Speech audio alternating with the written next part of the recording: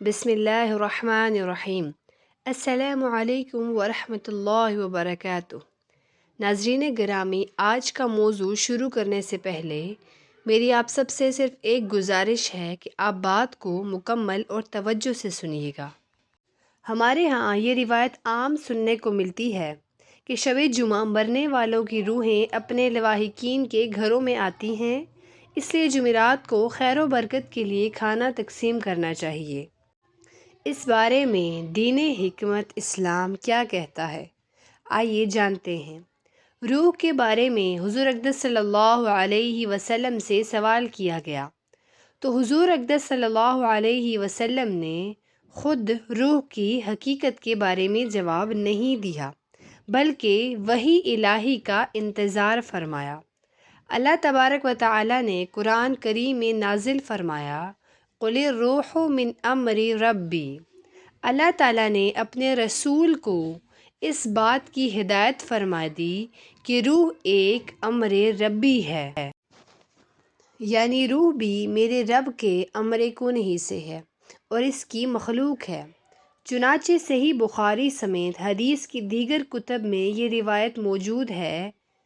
ترجمہ: حضرت عبداللہ بن مسعود رضی اللہ تعالی عنہ کہتے ہیں کہ میں نبی کریم صلی اللہ علیہ وسلم کے ہمراہ مدینہ کے کھنڈروں میں چل رہا تھا اور آپ کھجور کی ایک چھڑی کو زمین پر ٹکا کر چلتے تھے کہ یہود کے کچھ لوگوں پر آپ گزرے تو ان میں سے ایک شخص کھڑا ہو گیا اور کہنے لگا کہ اے ابو قاسم، روح کیا چیز ہے؟ آپ نے سکوت فرمایا۔ ابن مسعود کہتے ہیں، میں نے اپنے دل میں کہا کہ آپ صلی اللہ علیہ وسلم پر وحی آ رہی ہے، لہٰذا میں کھڑا ہو گیا۔ پھر جب وہ حالت آپ سے دور ہوئی تو آپ نے فرمایا، ترجمہ: اے نبی، یہ لوگ تم سے روح کی بابت سوال کرتے ہیں، کہہ دو کہ روح میرے پروردگار کے حکم سے پیدا ہوئی ہے اور اس کی اصل حقیقت تم نہیں جان سکتے کیونکہ تمہیں کم ہی علم دیا گیا ہے۔ بعد کے زمانے میں فلاسفہ، عقلاء اور سائنسدانوں نے اپنی علمی بساط کے مطابق روح کے بارے میں اظہار خیال کیا اور مسئلہ روح پر مستقل کتابیں اور رسائل لکھے گئے۔ اسی طرح مفسرین حضرات میں بھی دو جماعتیں ہیں۔ بعض مفسرین نے اس مسئلے میں تفصیل اور گہرائی میں جانے سے گریز کیا ہے اور انہوں نے اسی اجمال کو ترجیح دی ہے جیسے کلام اللہ میں بیان کیا گیا ہے۔ چنانچہ جمہور علماء نے قُلِ الرُّوحُ مِنْ أَمْرِ رَبِّی کے پیش نظر اس مسئلہ میں سکوت اختیار کرنے کو ہی افضل اور بہتر قرار دیا ہے۔ انسانی روح جسمانی حیات سے علیحدہ چیز ہے۔ جسمانی حیات تو جنین میں پہلے ہی آ جاتی ہے اور روح 120 دن بعد ڈالی جاتی ہے۔ حضرت عبداللہ بن مسعود رضی اللہ تعالی عنہ کہتے ہیں کہ رسول اللہ صلی اللہ علیہ وسلم نے ہم سے بیان کیا کہ تم میں سے ہر ایک کی ابتدائی تخلیق اس کی ماں کے پیٹ میں کی جاتی ہے، 40 دن کے 3 مراحل میں، 40 دن مرحلہ نطفہ میں، پھر اتنی مدت مرحلہ علقہ میں اور پھر اتنی ہی مدت مرحلہ مضغہ میں، پھر اس میں روح پھونکی جاتی ہے۔ باقی روح قبض ہونے کے بعد کہاں جاتی ہے؟ دفنانے کے بعد روح اپنا وقت آسمان پر گزارتی ہے یا قبر میں یا دونوں جگہ؟ اس بارے میں روایات میں بھی مختلف ہیں اور علماء کے اقوال بھی مختلف ہیں، مگر تمام نصوص کو جمع کرنے سے جو بات معلوم ہوئی ہے وہ یہ کہ نیک ارواح کا اصل مستقر علیین ہے، مگر اس کے درجات بھی مختلف ہیں۔ بد ارواح کا اصل ٹھکانہ سجین ہے اور ہر روح کا ایک خاص تعلق اس کے جسم کے ساتھ کر دیا جاتا ہے، خواہ جسم قبر میں مدفون ہو یا دریا میں غرق ہو یا کسی درندے کے پیٹ میں۔ الغرض جسم کے اجزاء جہاں جہاں ہوں گے، روح کا ایک خاص تعلق ان کے ساتھ قائم رہے گا اور اسی خاص تعلق کا نام برزخی زندگی ہے۔ جس طرح نور آفتاب سے زمین کا ذرہ چمکتا ہے، اسی طرح روح کے تعلق سے جسم کا ہر ذرہ زندگی سے منور ہو جاتا ہے۔ اگرچہ برزخی زندگی کی حقیقت کا اس دنیا میں معلوم کرنا ممکن نہیں ہے، یہاں یہ سوالات بھی پیدا ہوتے ہیں: کیا روحوں کا دنیا میں آنا ثابت ہے؟ کیا روحیں دنیا میں آتی ہیں یا عالم برزخ میں ہی قیام کرتی ہیں؟ کیا شب بارات میں بھی روحوں کی آمد ہوتی ہے؟ دراصل دنیا میں روحوں کے آنے کے بارے میں قطعی طور پر کچھ کہنا ممکن نہیں، اور نہ ہی اس سلسلہ میں کوئی صحیح حدیث وارد ہے۔ سوئم، دسواں اور چہلم خود ساختہ رسمیں ہیں۔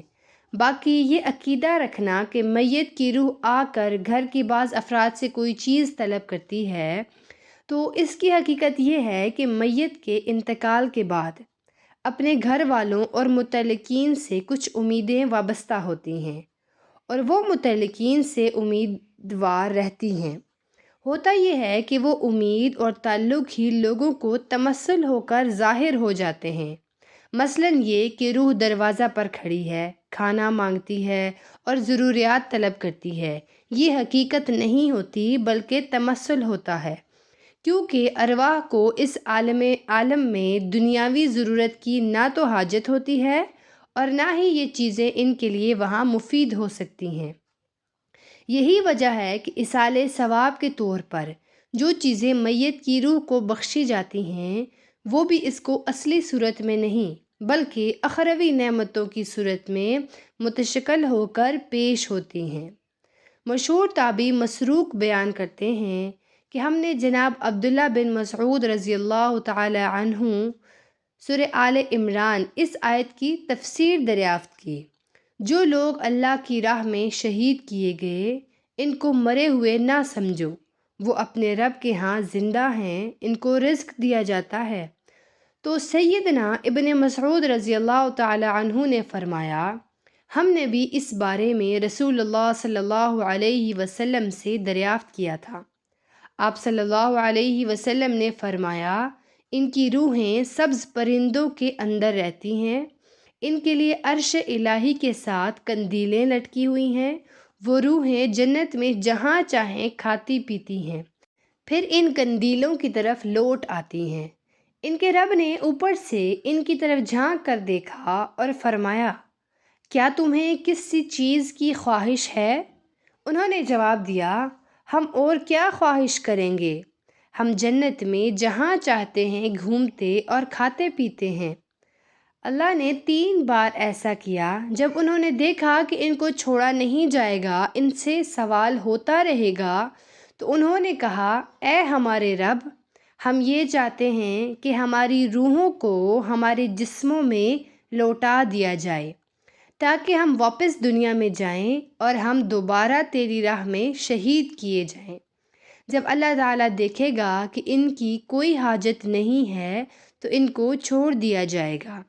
یعنی اللہ کے محبوب شہداء جنت میں اللہ تعالیٰ کے پوچھنے پر کہ تمہاری کوئی خواہش ہو جو ہم پورا کریں تو ہمیں بتاؤ، تو شہداء جو اللہ کے بہت پیارے ہیں وہ خواہش کرتے ہیں کہ ہمیں دنیا میں واپس بھیجا جائے تاکہ تیری راہ میں لڑ کر پھر شہید ہوں اور شہادت کا لطف اٹھائیں، کیونکہ وہ اگلے جہاں پہنچ کر شہادت کا عظیم ثواب اور مزہ دیکھ چکے ہوتے ہیں، لیکن ان کا مطالبہ یا خواہش قبول نہیں ہوتی۔